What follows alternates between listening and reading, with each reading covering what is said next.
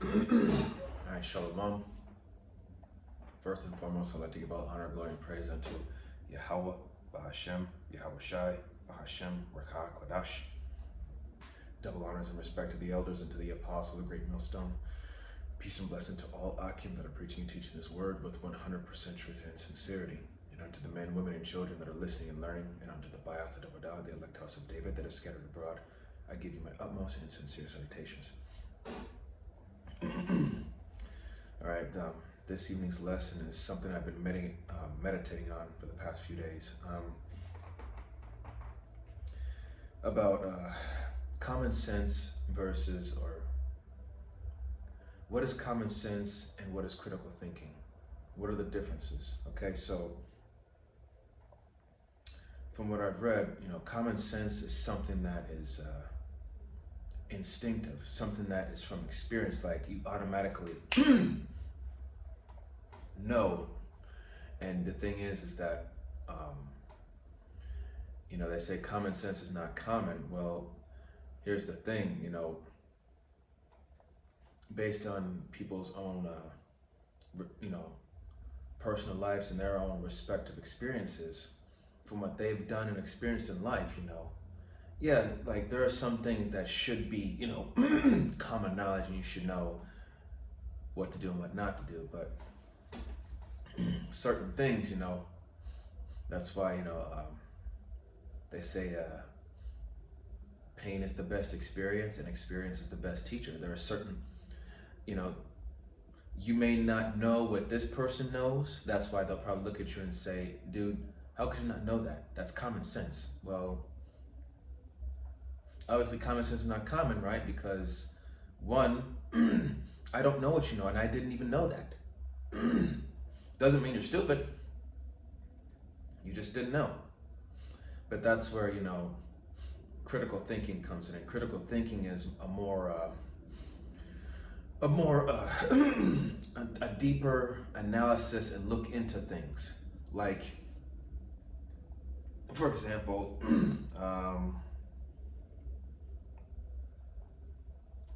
like let's say, this is just, I know it's a little vague, but think of it like this. Okay, if I do this, this is what could happen, and that's not good. But if I do this, and then this happens, yet I avoid trouble. You gotta, when it comes to critical thinking, you're thinking about the possible outcomes. Okay, you think, okay, if I did it this way, this would make this a lot less difficult. But if I did it this way, it would still, sure, it may be faster, or it's not really helping and it's just making a bigger mess, or whatever the case. But common sense, first and foremost, critical thinking and common sense, they both go hand in hand. They need one another. Okay, so common sense is something that you already instinctively know, but critical thinking is just a deeper analysis into a certain situation, whatever that situation may be. Okay? So when someone says to use a little common sense, that's the thing. It's like, if someone doesn't know any better, or they never had this experience, then you really can't say that that person needs to use common sense, or they don't have common sense. It's just what you need to, well, what I'm sure they mean to say is use a little bit of critical thinking. Like, if you don't know, ask, or if you can think it through on your own, okay, great. But nevertheless, even if you don't know something, you're using critical thinking skills to figure out what to do. If you still don't know, then ask. Doesn't mean that you're stupid. If you don't know, you don't know. But a lot of people in this society, they can't seem to understand that. So this is going to be the book of Proverbs. It's going to be Proverbs chapter 3. Okay? Proverbs chapter 3, verse 1. And it says, "My son, forget not my law, but let thine heart keep my commandments. Verse 2, for length of days and long life and peace shall they add to thee. Okay, so, Yahweh B'Shem Yahushai is giving us the eyes to see, the ears to hear, and the heart to understand his ways, okay? His wisdom, his experience, okay? Excuse me. So, in a sense, yes, the Bible does teach us common sense because, after all, we can't understand the Most High's ways because his ways are higher than our ways. Okay, we just have to trust in the process as to why we're going through certain things that we're going through in this time. Okay, it's to teach us something. That's what you have to understand. If you do something wrong, or if you slipped up and made a mistake, well, perhaps this is the Lord showing you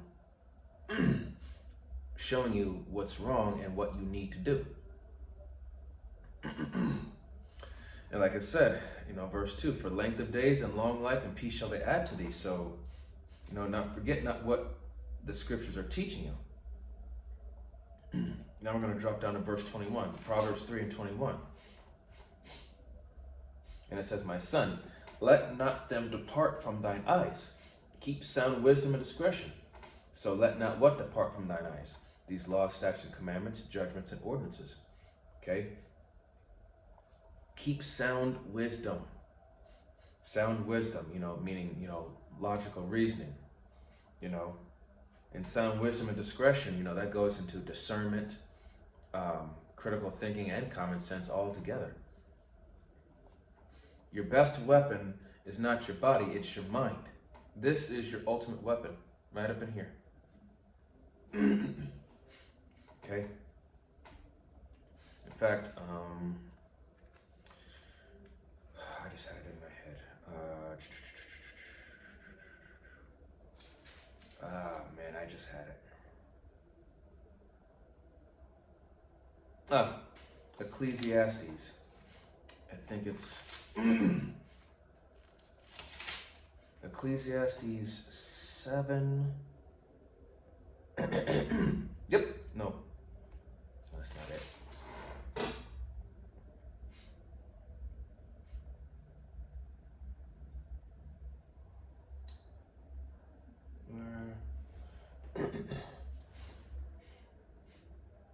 Let me see, Salakia. No, it's in here somewhere.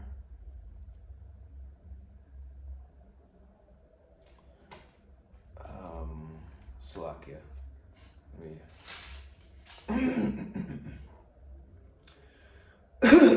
Excuse me. I know it's in Ecclesiastes, but I just can't think of it right now. But if it comes to mind, I will get it. But I'm not going to dwell upon it. But roughly paraphrasing, it says that wisdom is greater than strength, and that's true, because I don't care how strong you are, how mighty you are, your muscles, that can only get you so far, but your mind can get you so much further. But this is going to be Proverbs chapter 2. Proverbs chapter 2, starting at verse 1.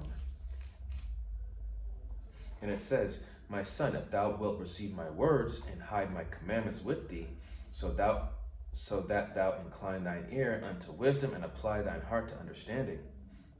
Okay?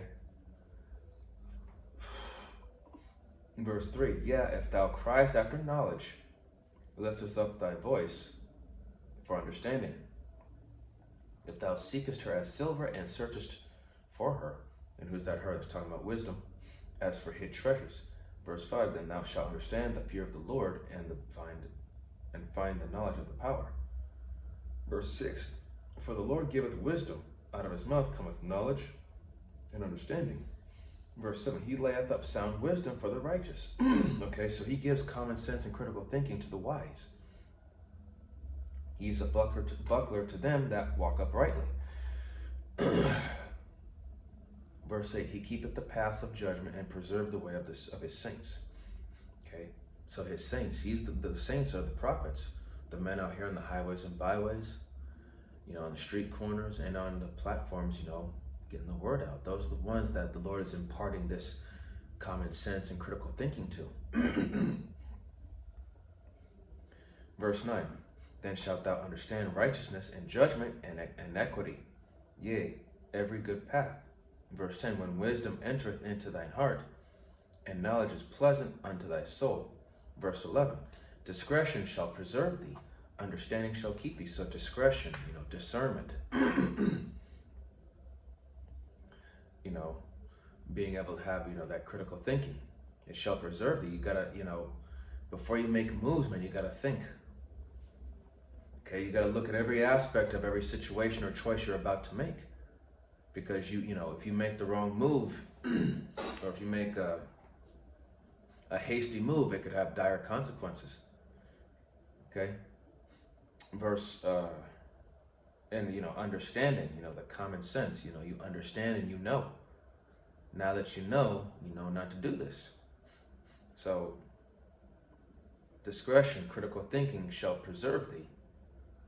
Understanding, the common sense shall keep thee. So, the only way to gain common sense is to use critical thinking. And this happened years ago, over a decade ago, when I was in the military. There was a Marine at the time. He said that in order to get it right, you have to get it wrong. So pain is the best experience, and experience is the best teacher. In order to get something right, you have to get it wrong first. And as bitter, as much of a bitter pill as that to swallow, but it's the truth. You have to humble yourself and realize that.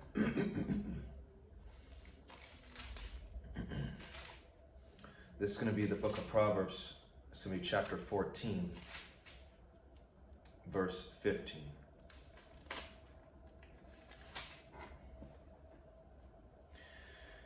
And it says, the simple believeth every word, but the prudent man looketh well to his going. Okay, so the simple believeth every word, but the prudent man looketh well to his going. So the prudent man is going to look well to his going, which means he's going to use this in order to think and understand, think and assess the situation. Okay, he's looking at all possible outcomes. Me doing this lesson, this is me speaking to myself first and foremost. I need to use more critical thinking and common sense myself. And not act impulsively. In verse 16, it says, a wise man feareth and departeth from evil, but the fool rageth and is confident. So a wise man feareth and departeth from evil. So the wise man knows better not to do any wrong, but the foolish, he rageth, which means he carries on recklessly and is confident. He carries on recklessly. He doesn't care about the consequences.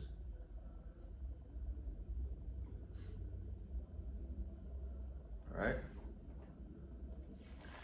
This is going to be the book of Sirach, Ecclesiasticus, and the Apocrypha. It's going to be chapter 11, verse 7. It says, blame not before thou hast examined the truth. Understand first and then rebuke. So, in a situation where you're trying to figure out who's right or who's wrong, or who's in the right and who's in the wrong, you have to examine both sides of the story. So you have to figure out who's lying and who's telling the truth. Okay? So understand first, which means to use that, the common sense of, hey, okay, this person's saying this person's saying that, so get both sides of the story and find out, examine the matter and then rebuke whoever's in the wrong.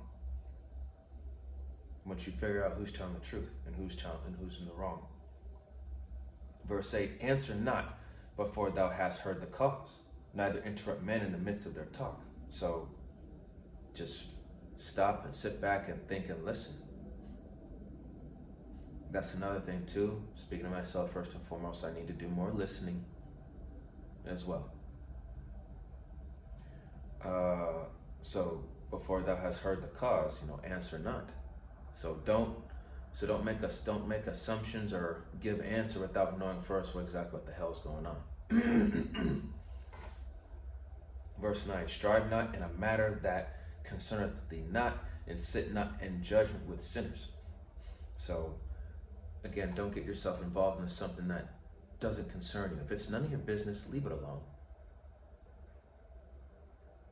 Okay? Don't put yourself in a position where you could be put on the spot. Verse 10, my son, meddle not with many matters, for if thou meddle much, thou shalt not be innocent. So again, learn to just mind your own business. And if thou follow after, thou shalt not obtain, neither shalt thou escape by flying, or by fleeing. So, again, just, like I said, critical thinking, listening, and, common sense if you have it. Like, the best thing to do is to, mind your own business, especially nowadays, the way people are. Just stay quiet, keep your nose clean, go about your business, stay in your lane. Verse 11. It says, there is one that laboreth, taketh pains, and maketh haste, and is so much the more behind. Meaning, like, you could have someone over here working their ass off like a slave, yet he doesn't get anywhere. See, in verse 12, again, there is another that is slow and hath need of help, wanting ability and full of poverty. Yet the eye of the Lord looked upon him for good and set him up from his low estate. Verse 13, and lifted up his head from misery, so that many that saw it marveled at him. Okay? So you can have two people that are working. One that has skill, knows what to do, and he's working his ass off, but he's, it's not like, his hard work doesn't seem to be paying off, he thinks he should deserve a raise or, get more opportunities or, get some more hours or whatnot, or get move up in the ranks, from being a worker to a supervisor or whatnot. And then in verse 12, like I said again, there is another that is slow and hath need of help, wanting ability and full of poverty. So someone that has no skill, he's slow to catch on to things, he doesn't know what to do because no one explained it to him. Like, for example, at work, if there's a certain thing that you're tasked to do, but if you don't know how to do it the right way, and that's basically what verse 12 is saying. Again, there is another that is slow and hath need of help, wanting ability. So he doesn't know what to do because he lacks the skill, and he's full of poverty. Yet the eye of the Lord looked upon him for good and set him up from his low estate, and lifted up his head from misery, so that many that saw it marveled at him. So, people, and I'll admit, there are things at work that I struggled with. I'm starting to get the hang of, but like I said, for me, when it comes to learning things, I have to see things done multiple times over and over again until something clicks. Okay, I'm not one of those guys that could just see something in the first 5 seconds, then boom, I got it. No, I got to see something that's repetitive, so that way it sticks in my head. I'm pretty sure a lot of brothers and sisters are like that. So even in a low estate, Yahweh Shemel Shailam lifts up from our low estate. Like, if you're unable to do your job because you lack the skill or you don't know what to do, and you get the boot out the door, Yahweh Shemel Shai is the one that is pleased with you, and he has mercy, and he lifts up your head, and he gives you another opportunity. He gives you another job opportunity, and then, people marvel at this, like, oh, wow. We just saw him got fired, but now he's got a job where he's doing better than us.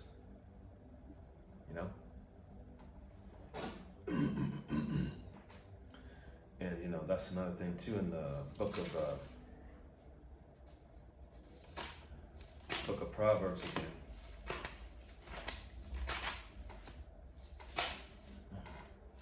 Proverbs 25. Proverbs 25 and page 1. Proverbs 25 and 2, and it says, It is the glory of the Most High to conceal a thing, but the honor of kings to search out a matter. So, it is the honor of kings to search out a matter, meaning, to search out a matter, which means to explain things. Okay? And the glory of the Most High to conceal a thing, to hide your shame, excuse me. Excuse me. But the honor of the kings is to search out a matter. So, the Most High, what you have going on between him and you and him, he's the one that conceals a thing, basically to wipe it clean, so to speak. Yahweh Shemashai's got her back no matter what. Okay? But the honor of a king is to search out the matter. So once again, going into, it's the honor of a king to explain things thoroughly and with reasoning. Okay? And, I'm going to close out with this. This is Ecclesiasticus Sirach again. It's going to be chapter 5, verse 15. And it says, be not ignorant of anything in a great matter or a small. So be not ignorant, pay attention to what's going on. And, of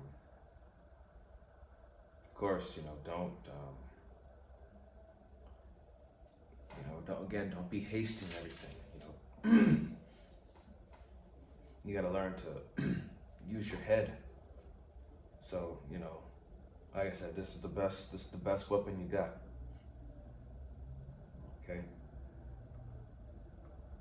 Now let's see. Let's see.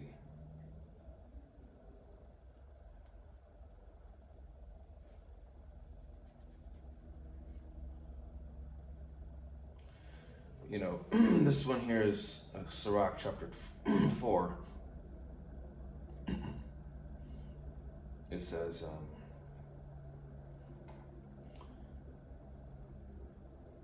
let's see.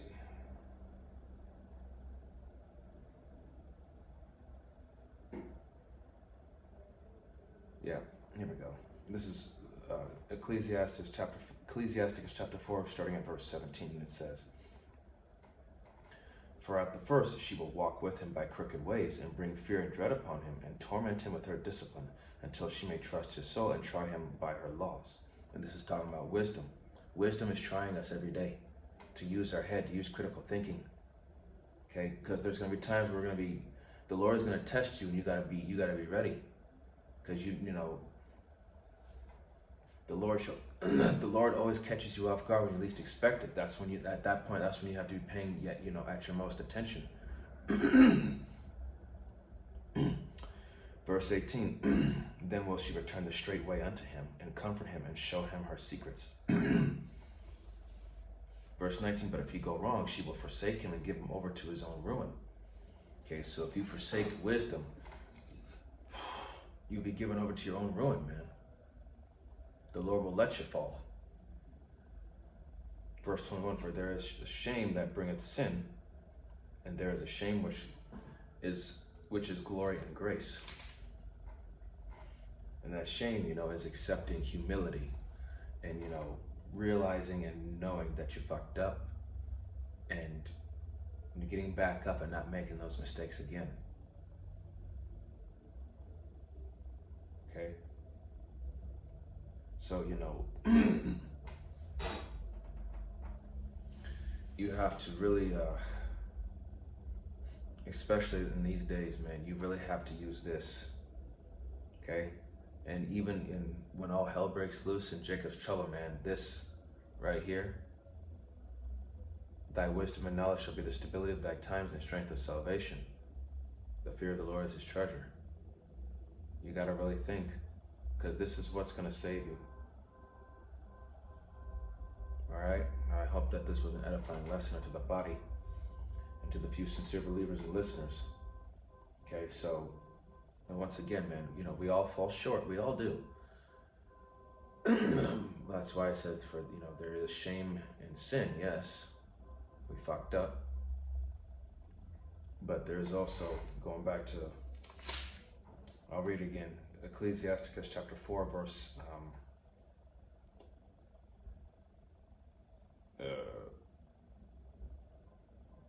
I'm gonna start at I'm gonna start at verse 20. It says, "Observe the opportunity and beware of evil, and be not ashamed when it concerneth thy soul." So observe the opportunity, look at the situation, and beware of the evil, beware of the consequences of what actions you may take or make. And be not ashamed when it concerneth thy soul. So you gotta really be aware of the decisions you make. For there is a shame that bringeth sin, and there is a shame which is glory and grace. Okay? So, again, man, you really, like I said, common sense is a skill that it builds up over time, but you still have to use critical thinking in order to, develop that common sense, as well as, like I said, if you don't know something, ask. But there are times when we slip, but that's okay, because a righteous man falleth 7 times, right? So with that, I would like to give all honor, glory, and praise unto Yahweh, Bahashem, Yahweh Shai, Bahashem, Rakah, Kodash. Double honors and respect to the elders and to the apostles, the great millstone. I want to give peace and blessing to all Akim who are preaching and teaching this word with 100% truth and sincerity, and unto the men, women, and children that are listening and learning, and unto the Bayath Dabadah, the elect house of David that is scattered abroad. I give you my utmost and sincere salutations. See you in the next lesson, Lord willing. Kwam Yasharala, Wa Abad Babal, Shalom, Barakatam.